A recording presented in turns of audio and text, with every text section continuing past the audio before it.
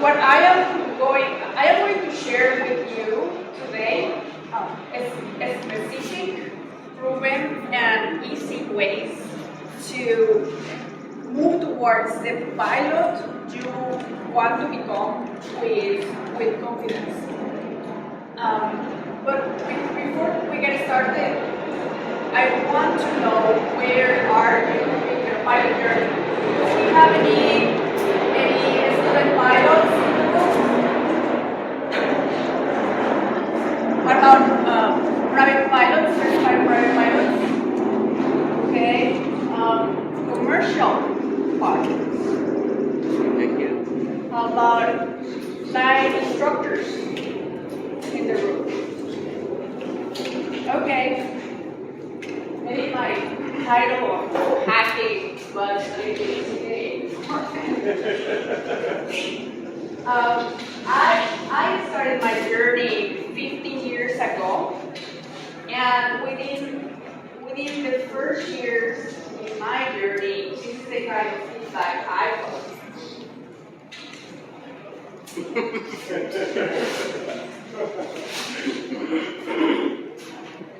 Screw them. Screw them. I wanted to fly, and I wanted to fly with skill. To want to fly with skill, it's always enough. To do your best is always enough.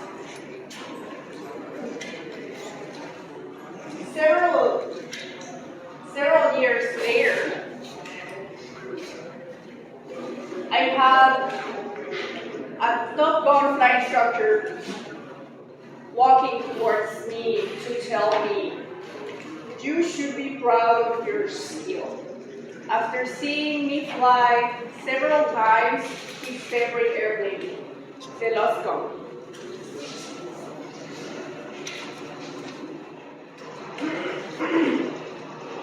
Soaring world champion and record holder Carl Swidiek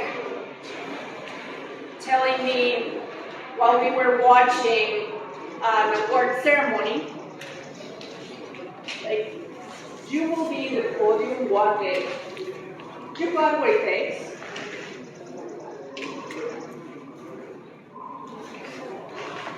And another world champion, Doug Jacobs, is speaking to a crowd of intrepid pilots, very accomplished pilots. Imagine a room full of the pilots who are admired the most. Well, we were in that room, about 80 pilots, and you have a world champion with a microphone speaking to all of them about what a fantastic flight Adri had just done in the very same glider that he used to win the World Championships in 1985, and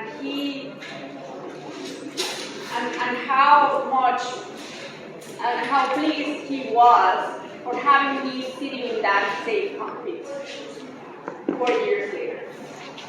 And I kid you not, I got this from my journal, and these are quotes that I've also kept from their feedback.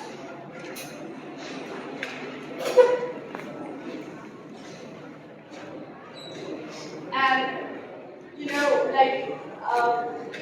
in the beginning of my journey, I was another uneducated victim of a failing industry.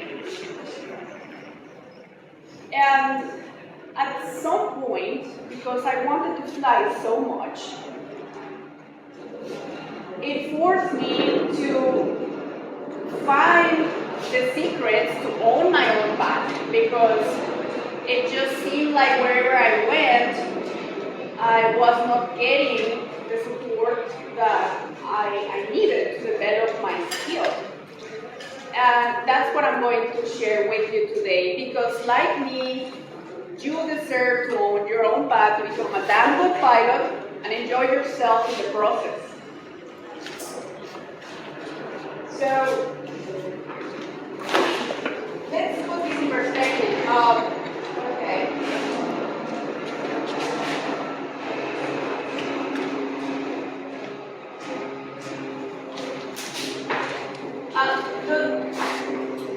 I'm going to run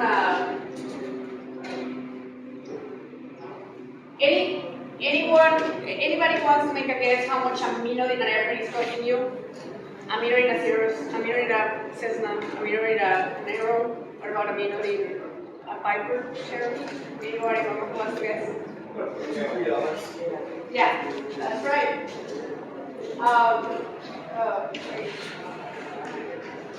This is moving. Yeah, so the cost of a minute in an airplane is between $3 and $5. Well, it doesn't sound too bad, right? When we think about tiny things, or in this case, minutes, they don't seem to make a difference. But their impact over time is enormous. Do you want think about your skill? What do you get out of this investment? You're investing time, energy, money. Well, ideally it's a skill and knowledge. So, how do you want your skill to investment look like? Well, do you want it to look like this, or do you want it to look like this?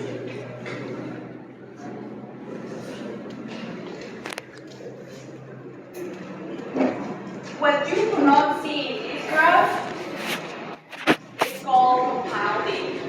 Anybody here is familiar with the concept of compounding? Okay.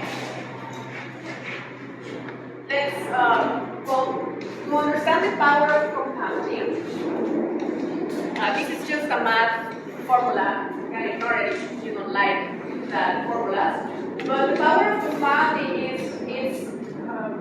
it goes with the power of the power law or exponential growth. When you do something over a period of time, again and again and again, even if it's something tiny that you are taking in. So let's assume, let's see what happens if you improve just 1% each day over the course of a year. If you plug in the values over this, which is math,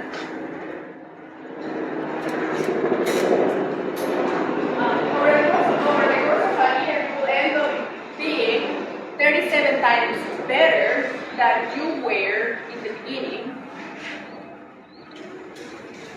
if you commit to continuous improvement, to making those tiny improvements over time without judging yourself throughout the process as you trust the process that you are making progress.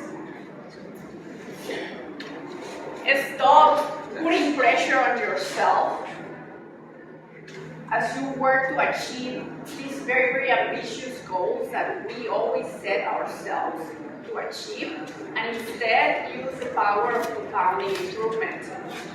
In this case, you can see how sometimes our expectations may be above our performance, but if we trust the process, and if we focus on the things that we can do every day, the tiny things that are actionable, the tiny things that you can execute and you have control on, regardless,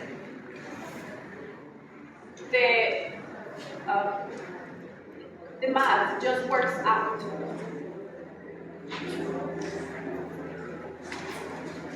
So, I'm going to give you a piece of the puzzle that you need to have to understand our first hack, and that is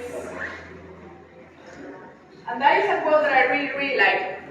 We do not learn from experience, we learn from reflecting on experience. Like anyone here is a teacher or has maybe yeah, kids, like you tell someone, hey, don't do that, and they probably don't care, and they will go do that, and they when they, I don't know, they get electrocuted, they finally say, oh, okay, yeah, but even if you kept telling them, don't do that, don't do that, don't do that, it's really until they get electrocuted that they make the connection in their brain that that probably that was not a good idea. So the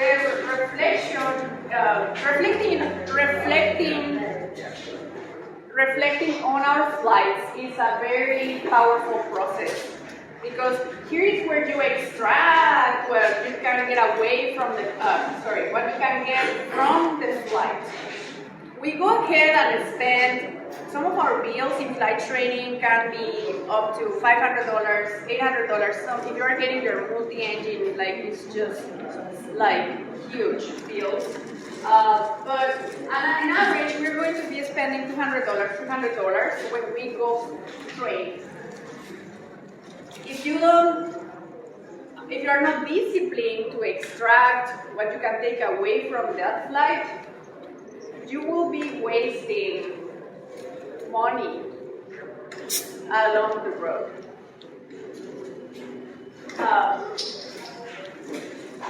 So, the first hack, here's the first hack. After every flight, set time aside to discuss, review, and learn from the flight. What can you take away from the flight? What worked? What can you learn from what worked? What didn't work? What did you fail to prepare for? Those are things that you're starting to think about it. And as a founder myself, I have been studying a lot of, how do you become this person that you want to be and have all these skills that you're supposed to have for the job. And it's amazing how this process, even in leadership, in anything, can save you so many hours down the road. And if you engage in reflection just by 1 hour, it could save you 10 hours down the road. By making sure that you extract those lessons. And you don't have to sit for an hour, okay, and reflect on your flight. Like, you don't have to do that for an hour. We can simplify that and just narrow it down to just 3 questions. Just three questions. Question number 1 is, what new learning can you gain from what went well? So I'll give you an example. Let's say that you go and you just ace some of your landings. And me as an instructor, I tell you, hey, better landings, keep it up. Whew. Well, can you replicate the mechanics? Can you replicate what you just did if I just tell you, or if you just think to yourself, oh yeah, I did better landings? Probably not. So this process is looking forward to digging deeper. And in this case, I can tell you, okay, hey, better landings today. You dissipated all your flying speed while you were flying just a few inches over the runway. Okay, well, I can replicate that. I can replicate working on dissipating all flying airspeed a few inches over the runway, and I can work on that. The second question is, what new learning can you gain from what went wrong? What didn't go so well?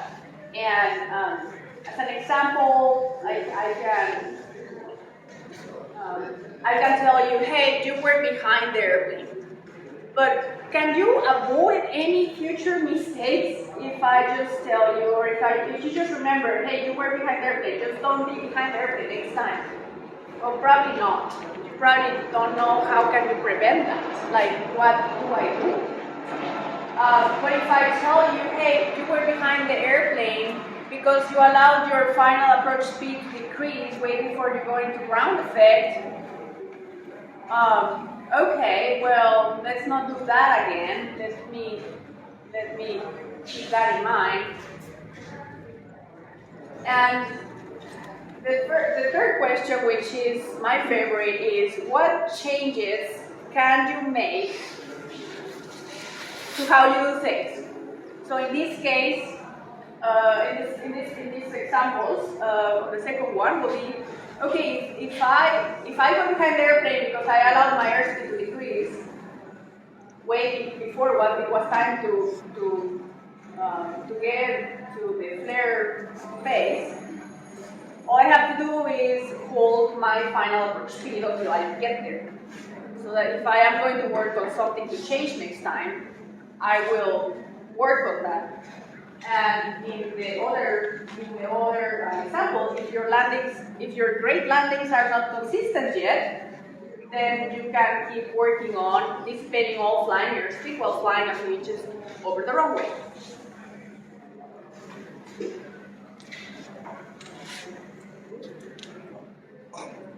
And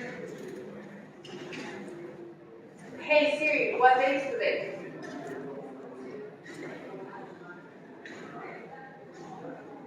Memory fades. I don't know about you, but even if you feel pretty smart after your flight, you know, like, I'm going to remember these.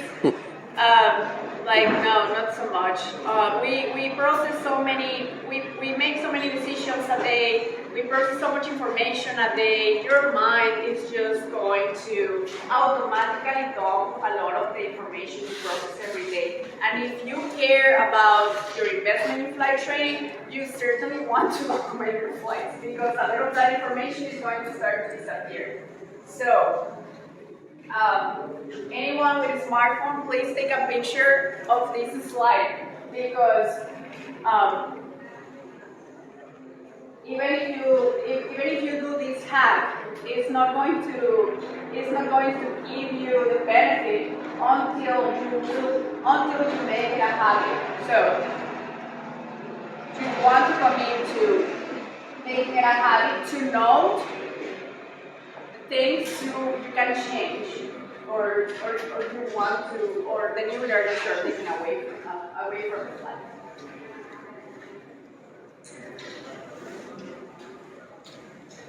Now the second hack is where the power of compounding improvement starts to kick in, because it's great if you do this after one flight, but if you forget for the next 2 months, well, you don't really get to see it at work. This is an engine of growth. This is your engine of growth, okay? So what you're going to do, you just committed to note any new learnings, any new changes you want to work on. Now, what you're going to do is feed these learnings into preparing towards your next flight. And when you can review this preferably the night before your flight as setting an intention to work on it. And then we go fly. When you go fly, honestly, just do your best. That's always enough. Just do your best. And I really like one friend that teaches mindset, Tammy, was talking about this. Flight training is not about listening to yourself. No, it's about talking to yourself, because when you go in that airplane, you are programming your mind to do things you have never done before, things that are not natural. you are coding and programming the actions you need to take with the flight controls, with your hands, your feet, and it's a very intentional process. So you just go there to do your best and find ways to talk to yourself that is going to be helpful. I sometimes talk to myself. I talk to myself all the time when I'm like in there, like Edward and we're together, on and off, Edward, I do. When I'm flying, it's like I'm on speed, holding speed. Or I talk to my students. A good instructor will talk to the students with the words that are making the connections of. They are helping them program what they need to do with their hands and feet. It's about, so think about useful ways to talk to yourself. The moment you start to hear, like, listen self-doubt, or listen this is too hard, or listen that, like, no, flight training is about talking to yourself in useful ways, not listening to that chatter. So just enjoy yourself.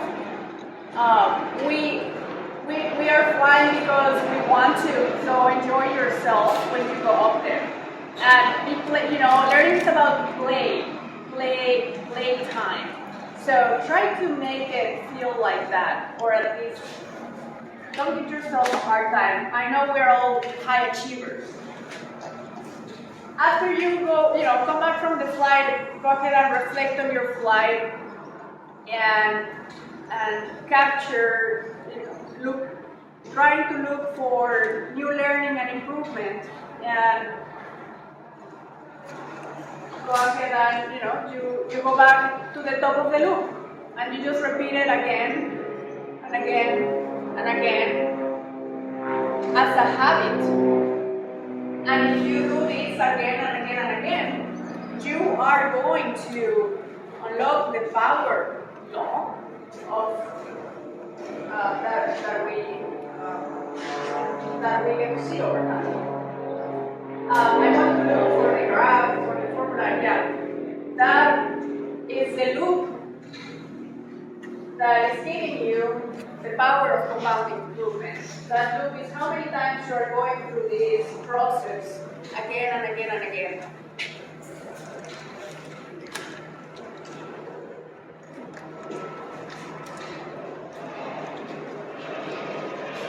This is my logbook, and as I am going to be capturing some of the things I want to change, some of the lessons that I want to take with me. I'm also capturing some of the milestones that are showing me, like where I have finally achieved certain levels that I was aspiring to, or maybe my friends are proud of me for achieving that milestone. And in a way, you start to see your journey as you grow, and that's what it is.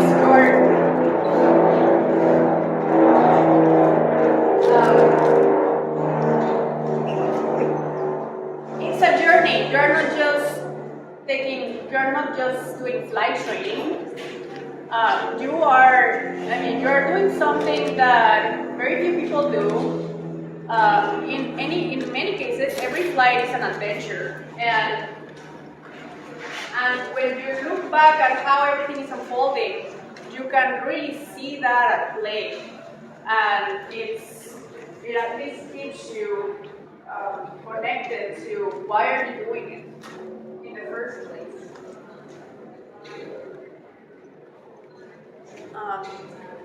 Has anyone here has ever attended like a free class in college or a university, or yeah? Okay. What did you like about that?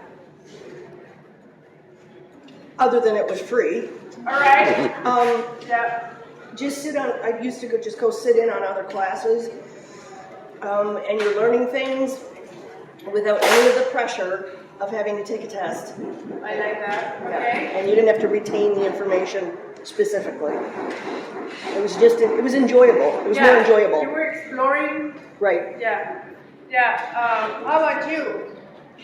Any other, like, I don't know how they call them. Like, you can just go there and sit in a class, college. Audit. Yeah.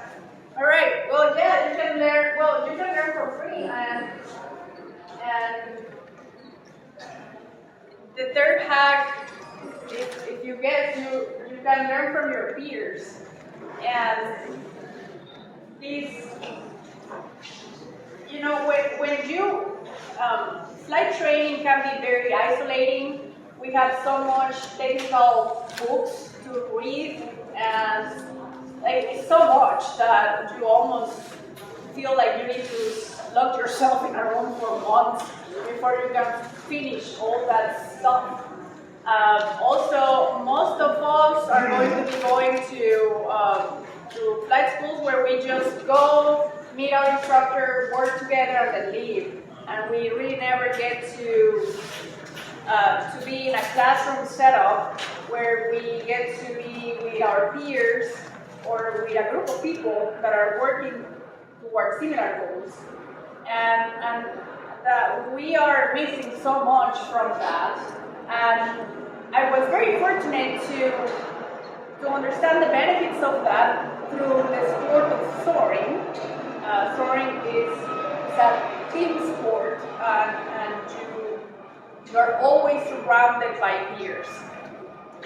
The moment I joined a group of pilots that I obviously looked up to, a lot of them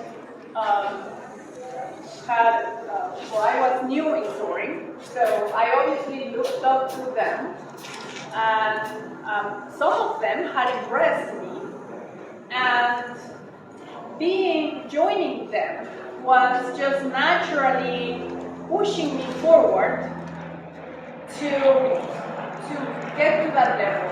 And I guess some people call it like positive peer pressure, when you are with a group of people that are encouraging you to do more and to believe that you can. Well, that's the power of positive peer pressure. And it's, you know, beyond having, in this case, it's a group that in a way drives you forward. They also create a powerful accountability motivation, because you want to fly with them, and you want to be part of the group, and you want to, you know, get better. It's like at the game we play, which is flying together. And eventually, what this will give you beyond staying motivated and beyond possibly having a mentor is pure friendships. The friendships that I have with these guys go beyond like love. Like, these are my buddies. Like, we got each other's back, and we just we will have that friendship for the rest of our lives, I promise you. If you have friends from high school still, you have friends from high school to this day, maybe, those are, you know, that's like the power we're missing from learning from our peers too. And sadly, in flight training today, the isolation we face is really, this should not be a barrier in 2025. It should not. This is a photo with world champion candid, which he just won the world championship last year. I had been flying with him, and the way it worked out is, well, I guess I was just bold enough to say hi and to start to ask him questions. And hey Carl, you know, how does this work? How does that work?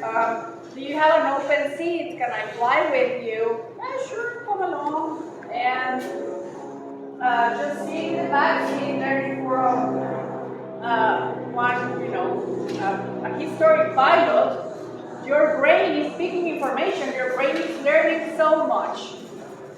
If you have the chance to ride in the back seat on, you know, while somebody is flying, or anytime you get to shadow, we call that shadowing sports. Anybody plays sports here? Yeah. So I don't know. I used to play tennis. What sport did you play? I played water polo and competitive swimming. Oh, yeah. So I don't know if that counts. And skiing, I'm a skier. Yeah. Well, you visualize, like you do visualization. Yeah. So that's kind of like seeing it many times also before you do it.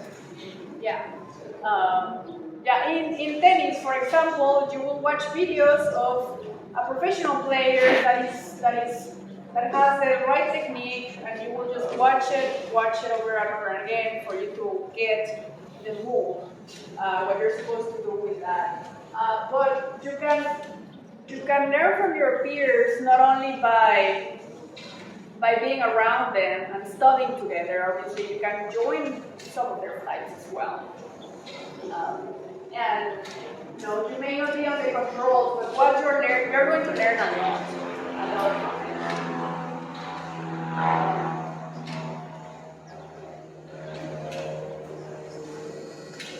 And at the end of the day, this hack is all about really finding your tribe and the type of flying activity that is also the most rewarding to you. And the group of people with whom you are going to share this new skill, you know, that you are gaining for yourself.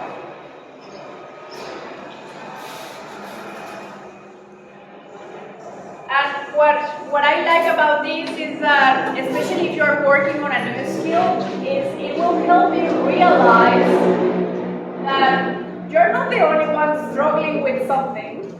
You know, like.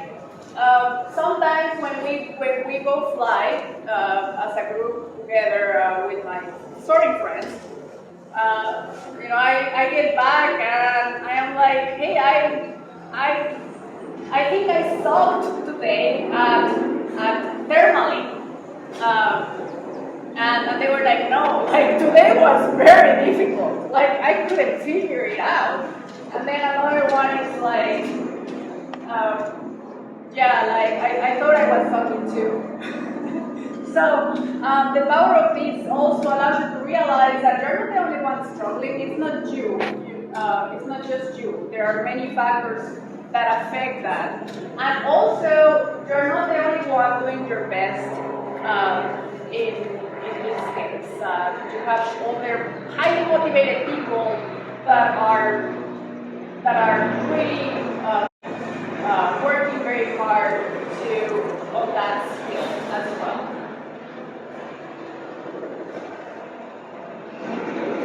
Now, the hack number 4 is learn from the right person.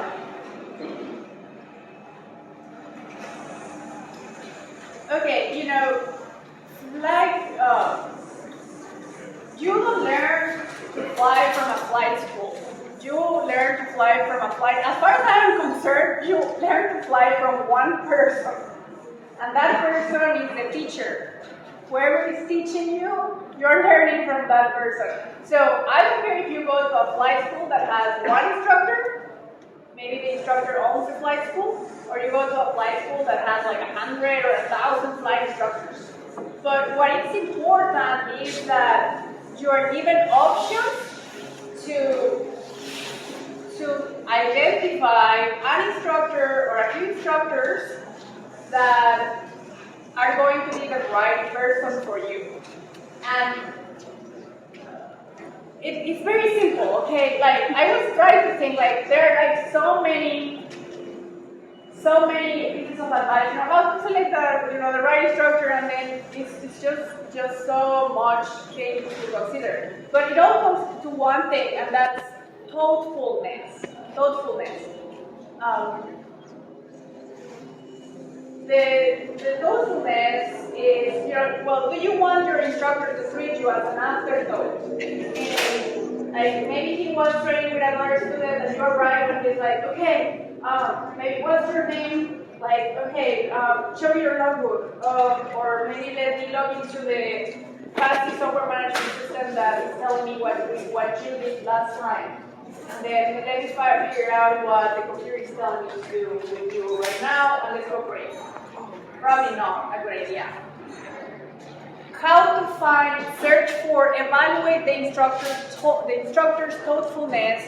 I think there are two things that will give you real proof to validate the thoughtfulness of the instructor. The proof number one is, how do they prepare students? How are they preparing students? And that comes down to the syllabus, the flight plan, right? The flight plan. In any flight program any professional flight program that I have ever known, whether it's a military flight program or it is a flight test program that is certifying aircraft, we take the time to develop a plan of action as we work through the goal. That document is planning. And obviously, talk is cheap, so the plan is the plan, but what is even more important than the plan itself is the quality of the takeaways, the quality of the pointers that the instructor is going to give you to understand what you need to understand. So this is the quality of, you can think of this as the quality of their feedback, the quality of their notes. These two things together will show you basically that the instructor can engage in the process we just discussed in a way that is specific, because you need to be specific as you work towards a goal. Another thing is that these two qualities are in a way proving that the instructor will have a method, will be methodical for you to crank your engine. You need someone that can participate with you as you go through these periods. So, specific, methodical, and the next thing is consistency, right? You don't want an instructor that will just do this once in a while. So the consistency will probably come from student records, where you see that over time the instructor just keeps going, he will keep giving those pointers, or the instructor is actually referring to the syllabus as they work through the flight lessons, things like that.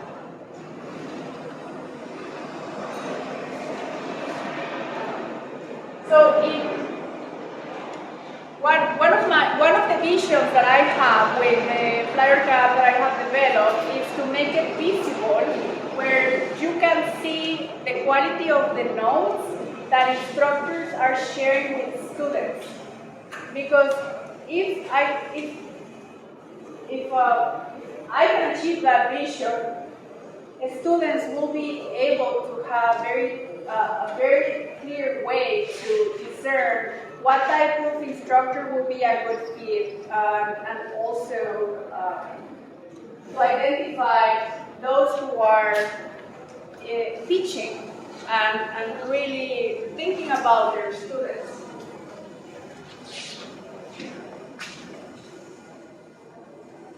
The hack number 4 is all about being ready to engage.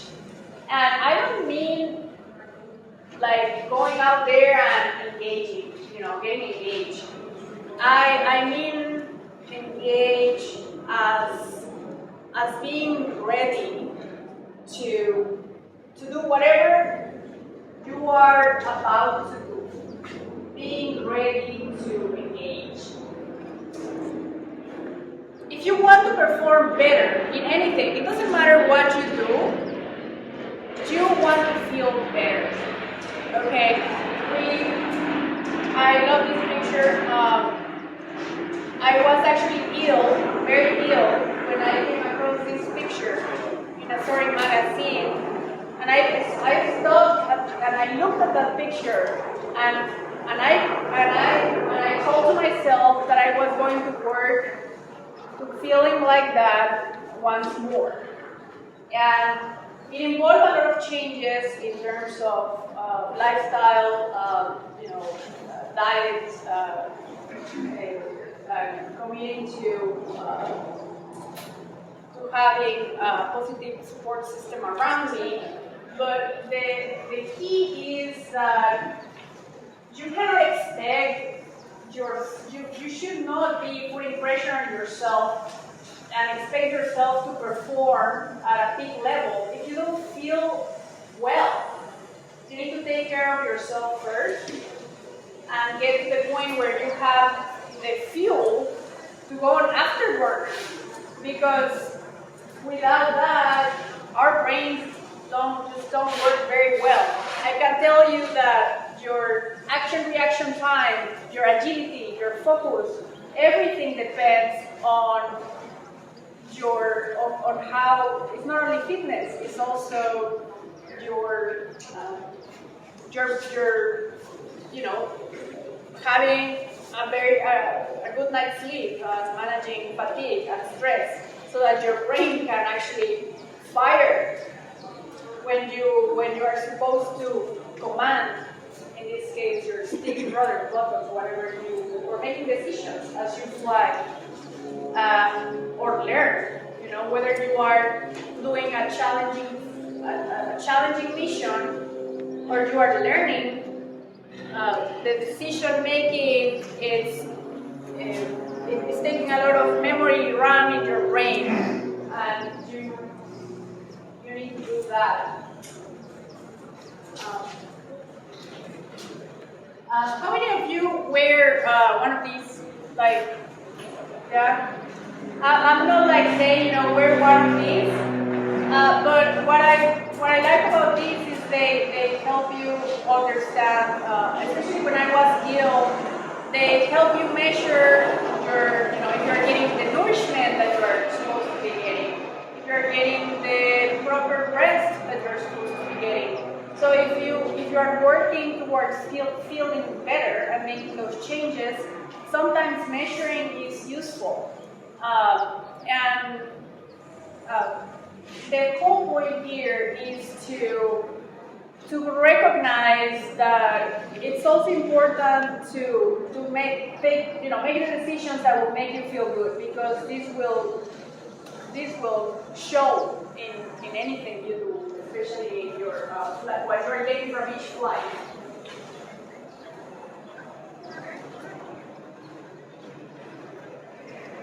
And this was hack number 5, and I did that on the numbers. I switched that. Yeah. When I started to apply these 5 hacks consistently, my aviation life changed completely. As you could see from the contrast that I shared with you in the beginning. I promise you that if you engage on these 5 hacks, and if you want, I can share the slides with you.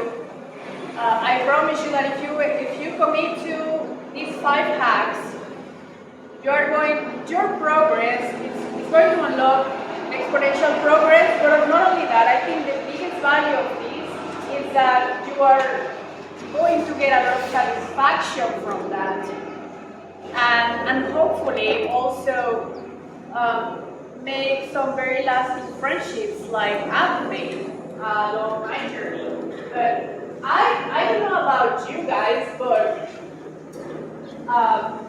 you did not become a pilot to check boxes or to chase ratings. You are here to become a real pilot.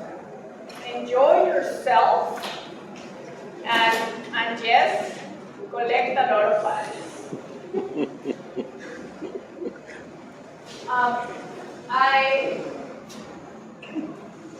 I think this is something that is really used in flight training today, and as focused as we are on the technical, this is what we do in competitive soaring or in competitive in aerobatics. They have similar habits. I think we can learn a lot from what people doing sports are doing, and this is a combo.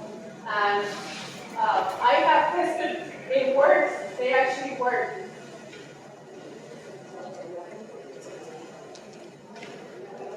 What I built, I built the FlyORKA app to give you an easy way, a tool that is easy to use and fun for you to use, basically apply, build these habits, help you in the habit building process, and hopefully apply each of these 5 hacks.